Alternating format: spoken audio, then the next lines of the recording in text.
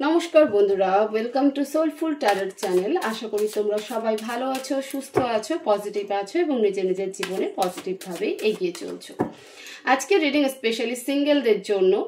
তো আজকের রিডিং এর টপিক হতে চলেছে যে তোমাদের লাইফে কে আসতে চলেছে, নেক্সট অর এক্স, মানে নতুন কোনো রিলেশনশিপ নাকি পুরনো সম্পর্কই তোমার লাইফে ফিরে আসছে। তোমরা তোমাদের যে যে শক্তিকে বিশ্বাস করো সেই শক্তিকে প্রে করো, উনি যেন তোমাদেরকে আজকে রিডিং থ্রু সঠিক গাইডেন্স দেয়, সঠিক মেসেজ দেয়। মন শান্ত করে সেই শক্তিকে প্রে করো। আমি কার্ড সাফার করছি। প্লিজ ডিভাইন আমাকে গাইড করো। আমার যে সকল ভিউয়ার্সরা রয়েছে তাদের জীবনে কে আসতে চলেছে, এক্স অর নেক্সট, নতুন কোনো সম্পর্ক নাকি পুরনো সম্পর্কই আমার ভিউয়ার্সের লাইফে আসতে চলেছে। প্লিজ ডিভাইন গাইড করো। এই রিডিং টাইমলেস হতে চলেছে। তোমরা যখনই এই রিডিং এর কন্ট্যাক্টে আসবে এই রিডিং এর সাথে নিজের এনার্জিকে ম্যাচ করতে পারবে। প্লিজ ডিভাইন মেসেজ দাও, গাইড করো আমাকে। আমার যে সকল ভিউয়ার্সরা রয়েছে তাদের লাইফে কে বা কি ধরনের সম্পর্ক আসতে চলেছে, নেক্সট অর এক্স, নাকি নতুন সম্পর্ক না পুরনো সম্পর্ক আমার ভিউয়ার্সের লাইফে আগামীতে আসতে চলেছে। প্লিজ ডিভাইন গাইড করো। 3 of Wands, King of Cups, 7 of Pentacles, 10 of Swords,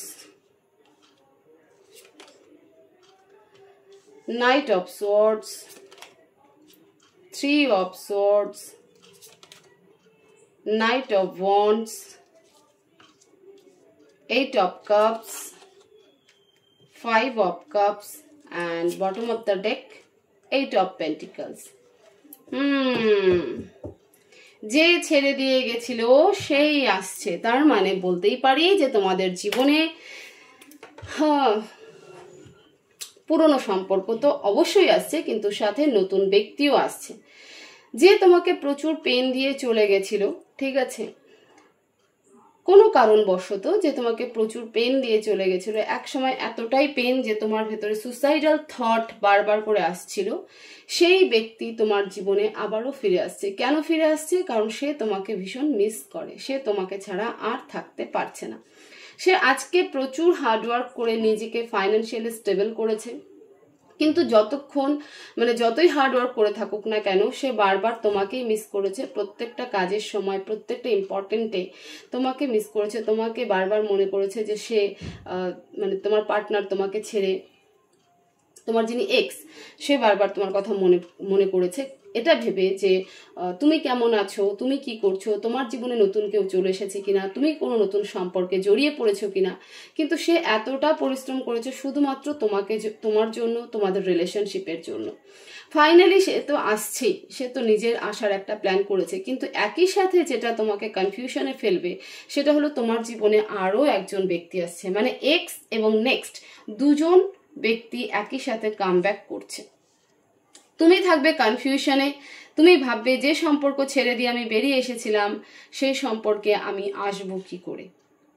ঠিক আছে, তুমি পাস্টকেই বারবার করে দেখবে, পাস্টকেই বারবার করে দেখছো, তুমি ফিউচারকে দেখার চেষ্টাই করছো না। তুমি শুধু তোমার সেই পাস্টের পেন, সেই যে রিলেশনশিপ থেকে তুমি বেরিয়ে গেছো সেই রিলেশনশিপ নিয়ে তুমি বারবার এই থিঙ্কিংয়ে রয়েছো যে ব্যক্তি তোমাকে বারবার করে হার্ট করেছে, তোমাকে সুসাইড করার মতন একটা সিচুয়েশনে ফেলেছে, তোমাকে ডিপ্রেশনে ফেলেছিল, অ্যাংজাইটিতে ফেলেছিল। ঠিক আছে, তুমি নিজেকে অনেক কষ্টে ওভারকাম করেছো।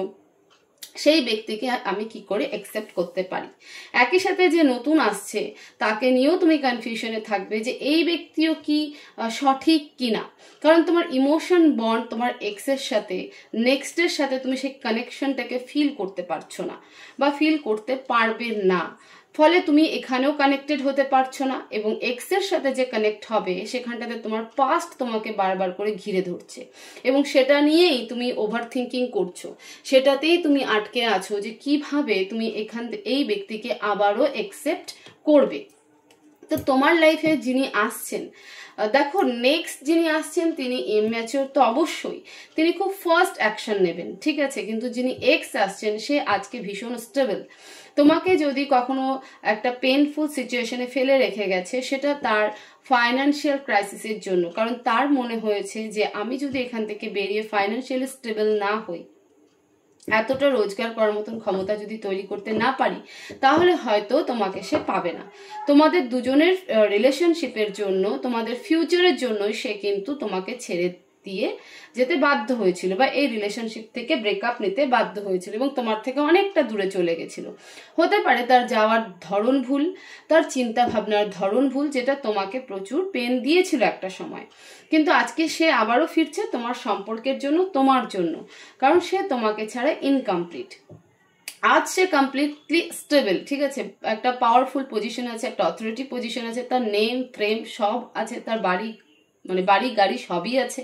আজকে এই সব কিছু সে প্রচুর হার্ডওয়ার্ক করে তৈরি করেছে, কেন? তোমাকে মাথায় রেখে, তোমাদের সম্পর্ককে মাথায় রেখে। কিন্তু একই সাথে যে নেক্সট আসছে, মানে নতুন যে ব্যক্তি আসে, সেও ভীষণ সুপারফাস্ট, সেও ভীষণ অ্যাকশন ওরিয়েন্টেড, সে প্রচন্ড, মানে তোমার এক্সের থেকে তোমার নেক্সট যে পার্সন বা নিউ পার্সন যে আছে, সেই নিউ পার্সন কিন্তু হেভি সুপারফাস্ট। সে যে কোনো অ্যাকশন খুব মানে অ্যাকশন ওরিয়েন্টেড বলা চলে, ভীষণ অ্যাকশন ওরিয়েন্টেড, যেটা ভাবলো সেটাই করে নিল। তো এটা একটা ইম্যাচুরিটিরও কিন্তু সাইন। বাট তুমি যেটা করবে, তুমি কিন্তু এবার পড়বে কনফিউশনে, যে আমি কাকে অ্যাকসেপ্ট করব। প্লিজ ডিভাইন, আমার ভিউয়ার্স এই কনফিউশন থেকে কিভাবে বেরোবে, কি করা উচিত এই কনফিউশনের? প্লিজ ডিভাইন, আমার ভিউয়ার্স এই কনফিউশন থেকে কিভাবে বেরোবে, গাইড করো। প্লিজ ডিভাইন, আমার ভিউয়ার্স এই কনফিউশন থেকে কিভাবে বেরোবে।